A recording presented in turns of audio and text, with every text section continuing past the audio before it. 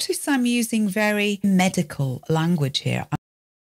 I'm about to give you a list of symptoms, and we're talking diagnosis. So this is medical language that psychiatrists tend to use, but psychologists and psychotherapists like me also use this language to communicate. But beyond diagnosis, the labelling isn't that helpful, and it can sometimes make a condition like this seem fixed and rigid, as though it cannot be changed. That's not helpful, nor is it truthful. Many psychological difficulties can be changed. People can work to improve their anxiety without medication, without taking pills. The workings of the mind are not fixed and unchangeable. And whether or not you have generalized anxiety disorder, it also depends on the extent of the anxiety. That's EXTENT, and it means how big is the anxiety. To be human is to have anxiety some of the time. That's perfectly normal and, in fact, helpful in some ways. It might be more concerning, more worrying in certain circumstances if you don't have anxiety. There are certain things we should be worried about, and our anxiety informs our actions and makes us behave differently, and sometimes that's good.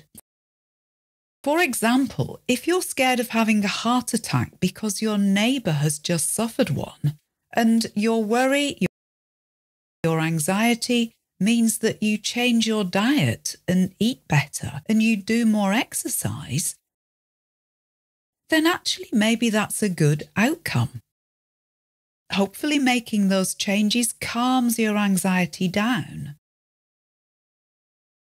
But if despite making these positive changes in your life, your anxiety about having a heart attack continues to occupy you day and night, you're obsessing about it, in other words, then this is more of a psychological problem because it's outside of normal range. That's what I mean when I say it depends on the extent of the anxiety. And the level of your anxiety must be seen in relation to its context. That's context. If you live in a war-torn part of the world, you would be crazy not to feel anxious. You may be living in high anxiety, and that can be a very normal human response to an abnormal situation. In this threatening kind of circumstance, anxiety is trying to do its job. It puts you into fight or flight mode, and you're primed to protect yourself. Of course, no one should be in that situation, but it's a context where anxiety may help you stay safe and give you an advantage. But of course, being in fight or flight mode for any length of time is not good for anybody. We need to ask whether the anxiety is justified by what's going on around you. So what are the real-world symptoms of generalized anxiety disorder? How does it impact your life?